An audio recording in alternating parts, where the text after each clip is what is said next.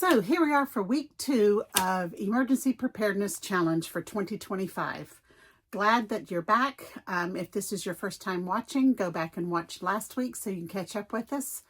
But I was so excited when I was doing last week's video that I failed to mention a couple things that were on the things that you need to purchase for the week. So I'll review those real quick for you.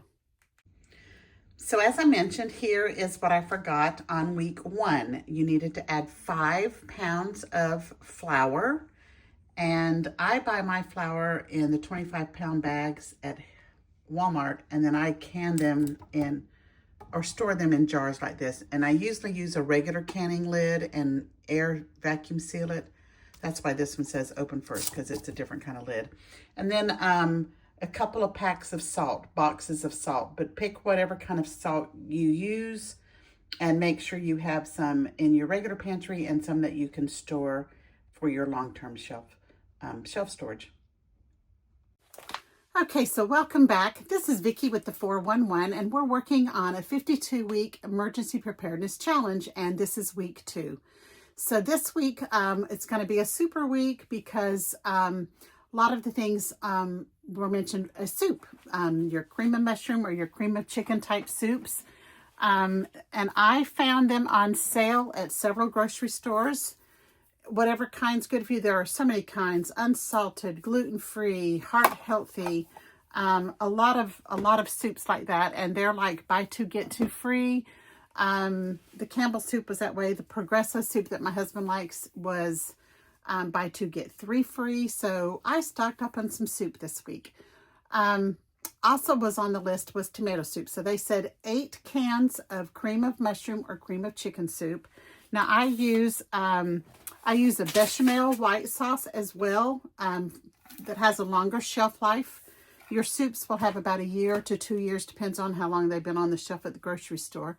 So this will have a much longer shelf life. And I usually only buy cream of mushroom or cream of chicken soup, not for the mushrooms or for the chicken flavor. It's for the cream. So I have my white cream sauce that will be stored for mine. And they also have a tomato.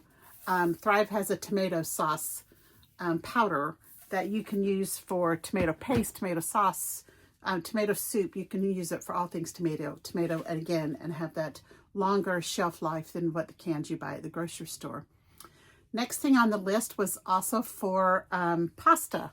You can, it said 5 pounds, 5 1-pound boxes of pasta, or you could do 5 boxes of a pasta mix. And I like Velveeta only because you don't have to add the water, the milk and the butter, and then the powder. This is just the pasta. Open up the little foil bag and you've got your cheese. Thrive Life also makes a cheese sauce. So if you want to just store your own pasta and use the powdered cheese sauce, again, it has a much longer shelf life than any of the stuff that you buy in the grocery stores. So that's it for the food. The next thing on the list is money for our emergency kit, and it's time to add more money. So this week, it's adding $2 more to your backpacks. Each person add $2 more to their envelope so we can start building that up. Next on the list, outside of groceries, is our household items, and it says to get 2 months of laundry soap. Doesn't matter what kind of laundry soap you choose. You just make sure you have some not only in your wash area for your daily stuff, but have some stashed for when it's just not available and you can't go anywhere to get it.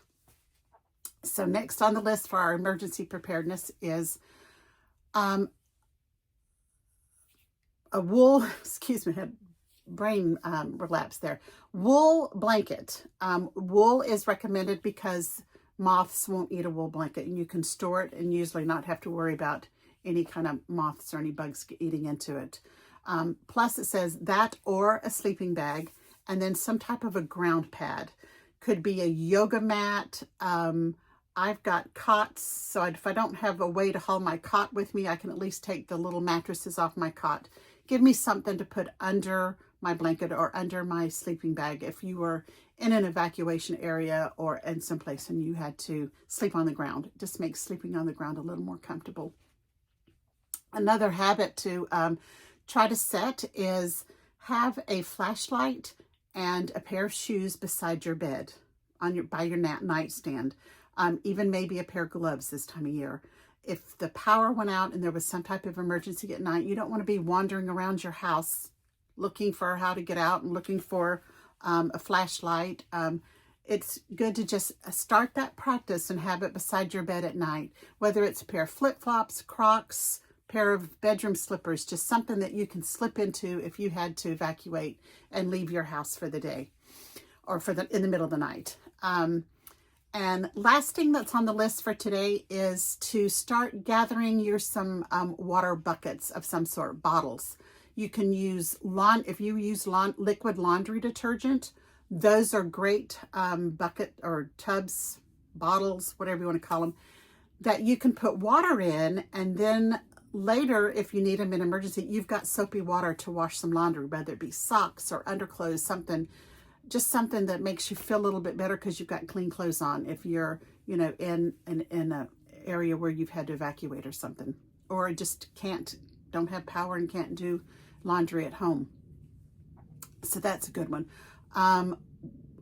You can get soda bottles, vinegar bottles, things like that you can store your non-drinkable water in, is what we're focusing on storing.